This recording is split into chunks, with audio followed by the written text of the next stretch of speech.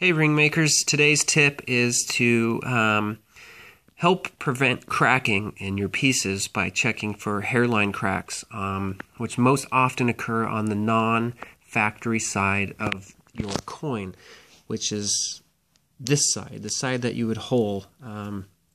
Forgive the camera, it likes to fall out of focus.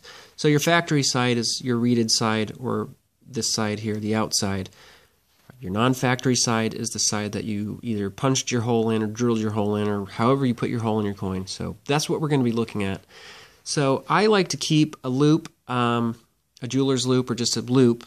These are Morgan dollars. They're a bit bigger, so obviously one of the cracks is visible from the naked eye. But if you're working with some smaller coins, oftentimes you can't see them. And even with the Morgan dollar, some of the times you can't see the hairline cracks. So it's good to have a loop. And what we're going to look for is, as we're working our piece, periodically take it off, preferably, let's say right before you go back to re-anneal the coin. You've work hardened it a bit and you're going to go and heat it up again to get it a little softer. Take it off, or just whenever you feel like it, really just take it off and have a look at the inside, because what we can do is, if, for example, we can get it to focus, there we go.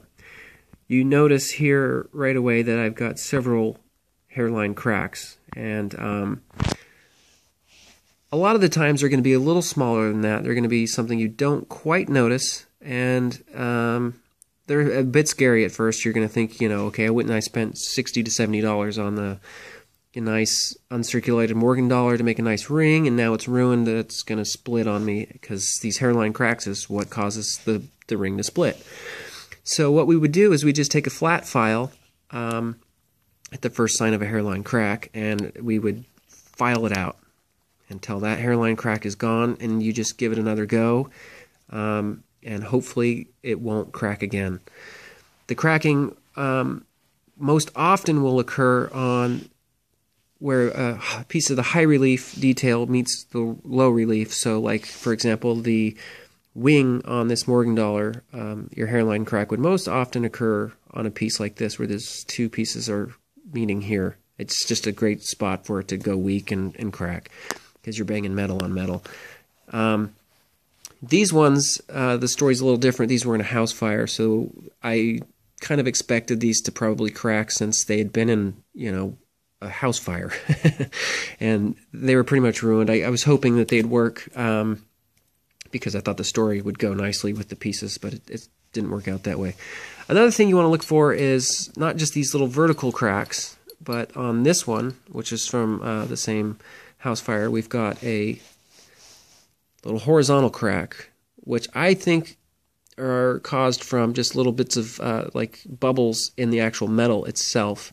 So these pieces, these kind of cracks, oddly, are often found on the factory side on your coins. So when you're shopping for coins, make sure that you check your factory side before you purchase the coin. And if you're buying online, like from eBay, ask the seller if you can get pictures of your rim, because it looks like there's actually a hairline crack right there that I didn't notice, and or it's just a mark. But for the sake of the video, we'll say that that's a hairline crack. So if you see that, that's something you want to avoid, because if it's on this side, you don't even want to bother with it. Point is some of these can be saved, so get yourself a jeweler's loop, and just basically keep an eye out for the hairline cracks on the non-factory side, and hopefully you can save your piece from cracking and being ruined. If the crack is too big, then it's just, unfortunately, one of those pieces you're going to have to throw back in the melting pot and use for a different project. I hope that helped. Check out the other video I posted for wrapping your mandrel in leather. I get asked about that a lot, and that'll actually help prevent some cracking as well. Okay, good luck with your ring making, guys.